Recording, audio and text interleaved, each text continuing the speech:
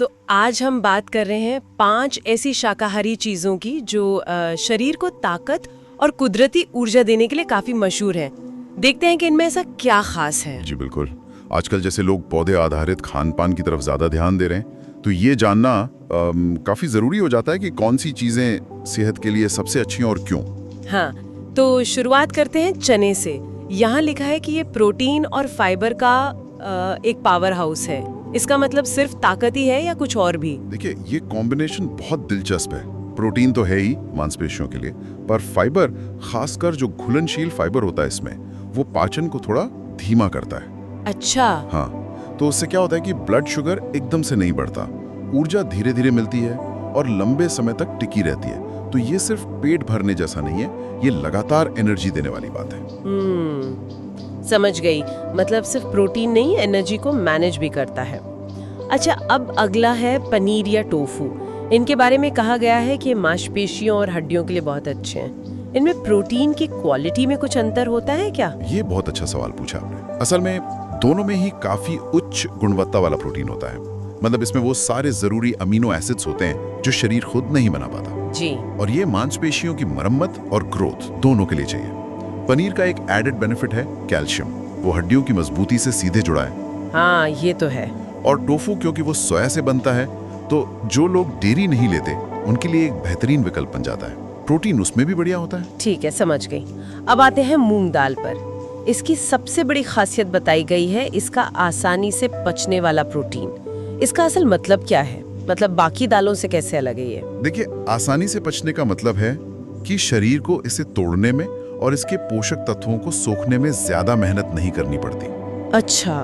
तो न्यूट्रिएंट्स खून में जल्दी पहुंचते हैं। ये उन लोगों के लिए खास तौर पे फायदेमंद है जिनका पाचन थोड़ा, कह सकते हैं, सेंसिटिव है, या फिर जिन्हें जल्दी रिकवरी चाहिए। जैसे कसरत के बाद? बिल्कुल, भारी कसरत के बाद, मांसपेशियों की मरम्मत के लिए, या बीमारी से उबरते समय। दूसरी जो भारी दालें होती हैं उनकी तुलना में ये पेट पर काफी हल्की रहती हैं। तो ये जल्दी रिकवरी में ज्यादा मददगार है। दिलचस्प। अब बात करते हैं क्विनोआ या राजगिरा की। इन्हें तो आजकल सुपर फूड कहते हैं, और ये भी कि इनमें संपूर्ण प्रोटीन होता है। ये संपूर्ण प्रोटीन वाली बात शाकाहारियों के लिए इतनी जरूरी क्यों मानी जाती है? हाँ, ये बहुत महत्वपूर्ण है। देखिए, प्रोटीन बनता है अमीनो एसिड से। इनमें से 9 ऐसे होते हैं जिन्हें आवश्यक या इसेंशियल कहा जाता है, क्योंकि हमारा शरीर उन्हें खुद नहीं बना सकता जी। उन्हें खाने से ही लेना पड़ता है। ज्यादातर पौधों से मिलने वाले प्रोटीन स्रोतों में कोई ना कोई 1 या 2 आवश्यक अमीनो एसिड कम होते हैं। अच्छा। लेकिन किनोआ और राजगीरा, जिसे अमरंथ भी कहते हैं, ये उन कुछ चुनिंदा शाकाहारी चीजों में से हैं जिनमें ये सभी 9 आवश्यक अमीनो एसिड्स अच्छी मात्रा में मौजूद होते हैं। इसीलिए इन्हें संपूर्ण प्रोटीन कहते हैं। तो ये एक तरह से प्रोटीन की जरूरत पूरी करने में बहुत मददगार है शाकाहारी डाइट में। ठीक है। और आखिर में है नट्स और सीड्स, जैसे बादाम, चिया, अलसी के बीज। कहा गया है कि इनमें सेहतमंद वसा और प्रोटीन का अच्छा मेल है। ये मेल कैसे काम करता है शरीर के लिए?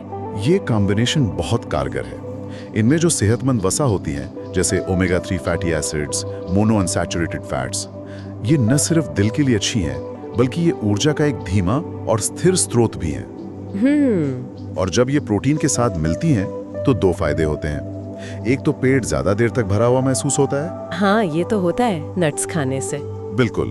और दूसरा, ब्लड शुगर लेवल भी स्थिर रहता है। मतलब आपको अचानक से भूख लगना या थकान महसूस होना वो कम हो जाता है। ये स्मार्ट एनर्जी के स्रोत हैं, सिर्फ कैलोरी नहीं। तो संक्षेप में देखें तो ये 5 चीजें, चना, पनीर या टोफू, मूंग दाल, क्विनोआ या राजगीरा और नट सीड्स, ये सब सिर्फ प्रोटीन ही नहीं दे रहे। इनमें फाइबर है, अच्छे फैट्स हैं, आसानी से पचने का गुण है। ये सब मिलकर शारीरिक मजबूती और लगातार ऊर्जा बनाए रखने के लिए वाकई काफी अहम है। निश्चित रूप से हर एक अपने आप में पोषण का खजाना है। पर यहाँ एक सोचने वाली बात यह भी है कि इन अलग अलग स्रोतों को हम अपने रोज के खाने में किस तरह से मिलाएं। मतलब क्या इनका कोई खास कॉम्बिनेशन इनके फायदों को और भी ज्यादा बढ़ा सकता है? ये आगे सोचने और शायद थोड़ी और खोज करने का विषय हो सकता है।